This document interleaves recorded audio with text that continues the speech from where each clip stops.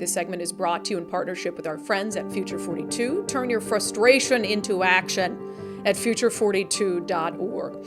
You might not have heard of this because there's just been so much other news going on, but Pete Buttigieg, the Secretary of Transportation, was in town.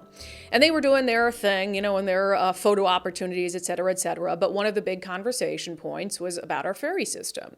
And as you know, the ferry system has been unreliable. There have been issues with the boats. There has been issues with staffing. And it's not just a casual inconvenience for the ferry system to be unreliable. It impacts people's lives in a profound way when they can't get off the island that they're living on. It's a big deal. We're not just talking about like, oh, can't get to Friday Harbor today, bummer. No, people rely on ferry service to get to work and to go about their day-to-day lives. So anyway, Pete Buttigieg was actually asked a question about the unreliability of the ferry system here. And as you'll see in this clip, Governor Jay Inslee quickly swoops in to avoid Pete Buttigieg having to answer the question and gives just about the laziest excuse that I can imagine.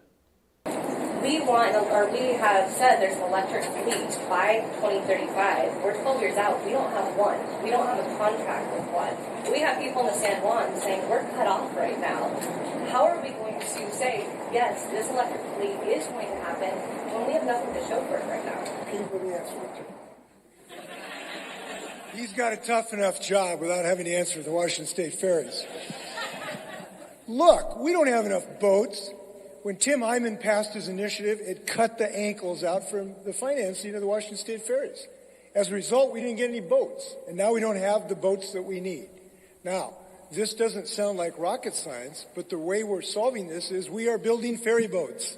We are building a conversion of 3 new ones, the existing jumbos that we converted to electric, and we have 5 other boats that are now being financed by our great Washington State legislators that are finally putting the money to build these boats.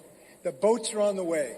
We have contracts outstanding. In the next few weeks, we will have proposals. We hope to actually build these boats, and we hope to be soon laying those keels. So that is happening. But it is happening finally because we've decided to make this investment. Tim Eyman killed the Washington State ferries. I'm rebuilding them. We're going to get those boats back in the water. Okay?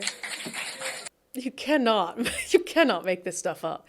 There's one man that Jay Inslee says is to blame for the state of our ferry system, and it's not him, the man who's been the governor for 11 years. It is Tim Eyman, an initiative backer, and he's blaming a Tim Eyman initiative from the year 2000.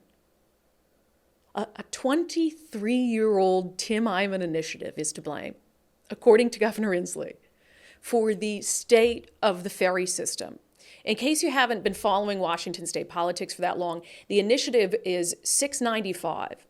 Again, that went into effect in the year 2000.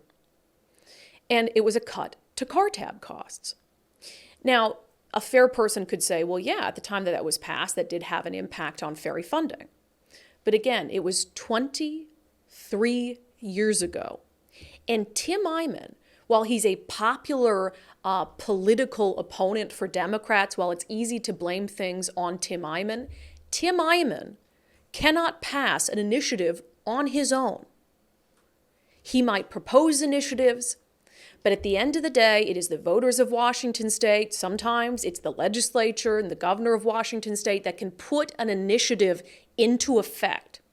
So to blame Tim Eyman for the state of the Washington ferry system and to take no accountability himself, despite the fact that we have endless increases in taxes in Washington State, we have more money than we know what to do with. Instead of Governor Jay Inslee taking any level of accountability, including an accountability for firing ferry workers when we needed them the most over the vaccine mandate, instead of that, he does what's politically cheap, lazy, and palatable. He blames a man who Democrats don't particularly like. He blames an initiative that is 23 years old. And that says all it needs to say about Jay Inslee and the need for balance in Washington State. This segment is brought to you in partnership with our friends at Future 42. Turn your frustration into action at future42.org.